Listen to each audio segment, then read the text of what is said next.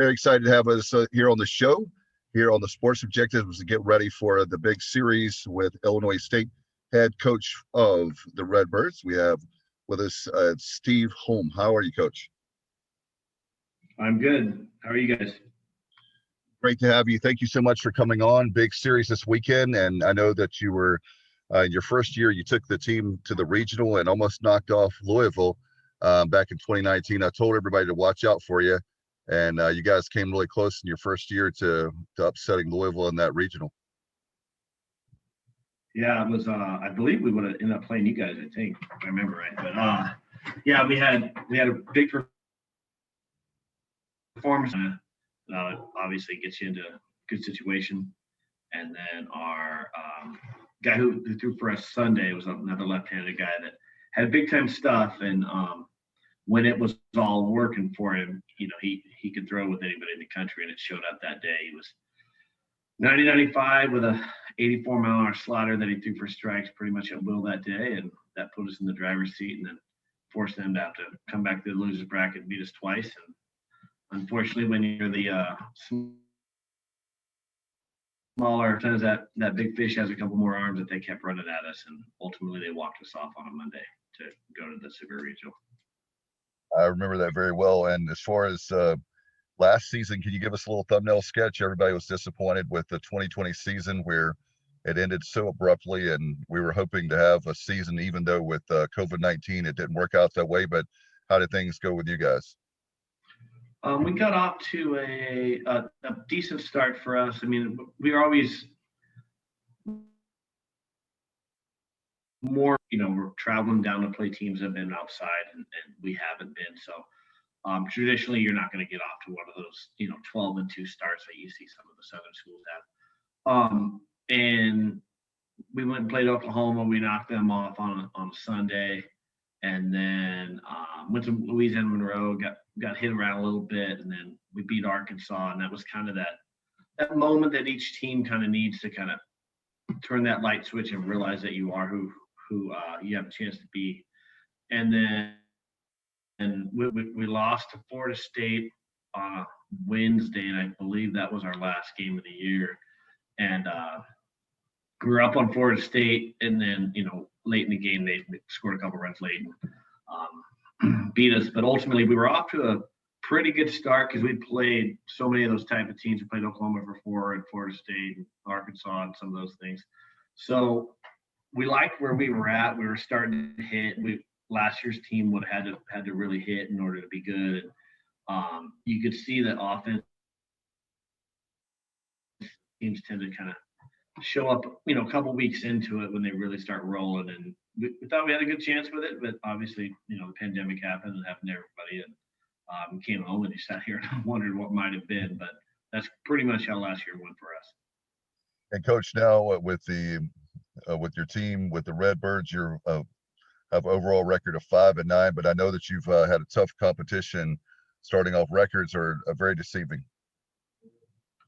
Yeah, records really mean a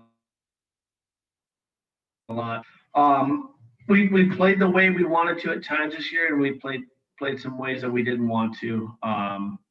Probably about 2 games away from being where we really wanted to be at this point. We did not get a first weekend in. That obviously doesn't help you.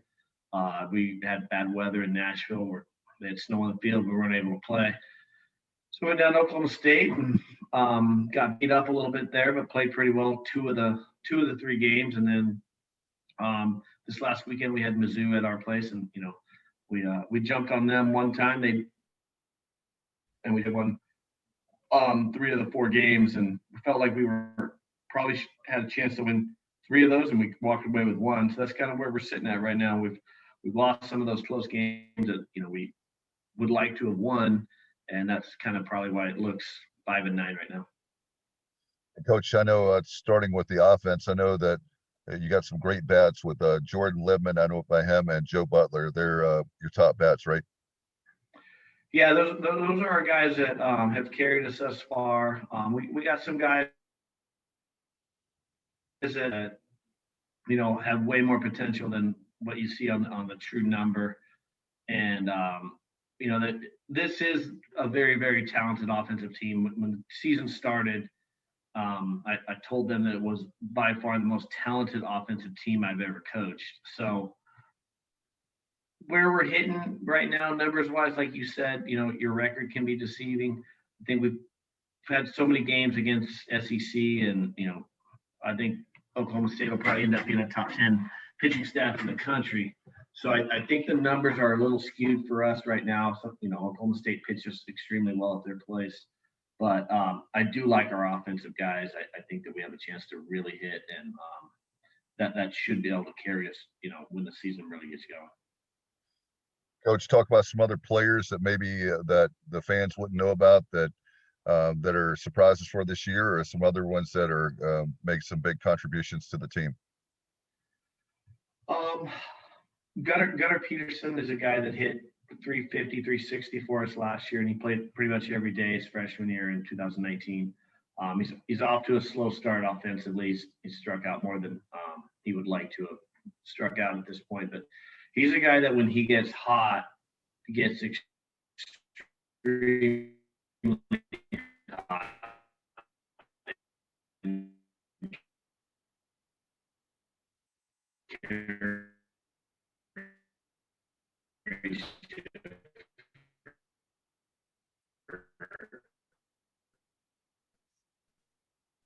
You know, 2 weeks. Kind of a hot old guy. You could win it. I think Luke Chang him out there where you could see the athleticism take over, and it'll be interesting to see him play center field as the season goes on, because the skill set really allows it to be seen out there much more than it did at third base. But he's a guy that we're pretty excited about going forward in our program as well. Let's talk about pitching. How about pitching? What's who are your starters, and maybe? Okay, so you'll see Colton Johnson. He'll pitch on a Friday for us. He's been our ace for the last 2 years. He was the one that threw it against Louisville on that Monday in the regional. I think he threw into the 8th inning, and certainly gave us a chance to win that game. Big game pitcher, been tested in all the environments. He closed at Arkansas last year, brought him on his bullpen day and punched out the side, 9th inning to win it for us. You'll probably see some capacity, whether they throw Saturday or Sunday, because they were both on the same day this last week. I've yet to decide who goes, but you'd probably get those two guys for the other two starts in the series. Jordan Lucier is a freshman, that COVID freshman, came from one of the junior colleges out there in Arizona that when they shut the whole season down for them, we snagged him late in the summer. And then Sean Sinisco he's a COVID, I don't know how you say, he's a third-year freshman. So he had Tommy John out of high school. So when we got here, he was just kind of standing there like this with his, elbow. And so he redshirted that first year. And then last year, he was one of our weekend starters, which would have been his second year, but redshirt freshman. And then now he's a redshirt / COVID freshman. I think that might be the proper terminology, but ultimately left-handed pitcher, 6'4", good strike thrower, kind of that lefty that seems like every college team has one of those guys that, has good movement, good command, and, can kind of keep you off balance a little bit. So you would get him as the other starter as well. What about coming out of the bullpen? What pitchers will most likely you folks see this weekend? Derek Salata has been our closer. We have not got him into very many good situations. He got off to a slow start, did not get got hit a little bit a couple times, and then this last outing against Mizzou, I think he was on Sunday, and he threw much better. He threw the way that he wanted to, and I think that will allow him, some success going forward. I think it was one of those days that you look back and go, that'll be a good day for him, in the future. That'll pay dividends. The other guys you'll see on the bullpen are, we got a freshman left-handed pitcher named Josh Dima.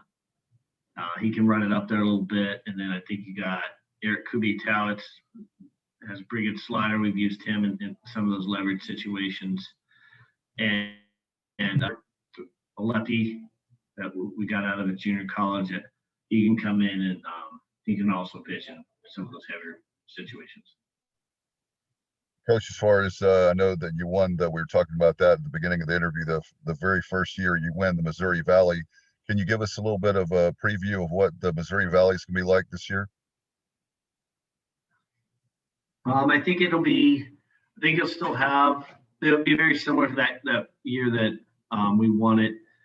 It's always top heavy. We're trying to chase the AAC league, when it comes to how many of those teams get in. I think we had 3 in my first year. Last year, I think when it ended, there was multiple teams that were, inside of 50 as well. This year, I think obviously Southern Illinois got off to a tremendous start. I think they only lost once. You got Indiana State's knocked off multiple top 25 teams, and then you got DBU is always going to be DBU. I know that they might have had a rough weekend this last weekend, but ultimately they're very consistent too. They're gonna you would look for them to be up around 35, pushing 40 wins again, I would imagine. So I think you're going to get a top-heavy league that there's multiple teams that'll beat you. I think the 4-game sets this year, it's going to really change some things. I don't know if you guys are doing 4-game sets on your weekends or not, but for us, it's different. You're playing double headers on Saturday, and then you don't know what kind of pitching you got left on Sunday after, playing 3 in 48 hours. So interesting to see how teams navigate the 4-game sets. Yes, we actually have 4-game sets starting on no midweek games once conference play starts for the AAC for East Carolina, and so they'll start that coming up here pretty soon. Speaking of East Carolina, what do you know about them, Coach, with Cliff Godwin's ball club? Sorry, we cut out a little bit. Say that part again. What do I know about? Coach Cliff Godwin's ball club at East Carolina. I know you're getting a top 25 team. When we scheduled it, we were good. I think you're going to get a team rep. To be a top 25 team, you got to be good at 3 pieces. You got to be able to hit, you got to be able to pitch, you got to be able to defend. So I would imagine they can do all 3 of those if they're a top 25 team. I think you're going to get basically a Power 5 program that has Power 5 players. So that means they're going to run, they're going to have some power, they're going to be some arm strength on the mound.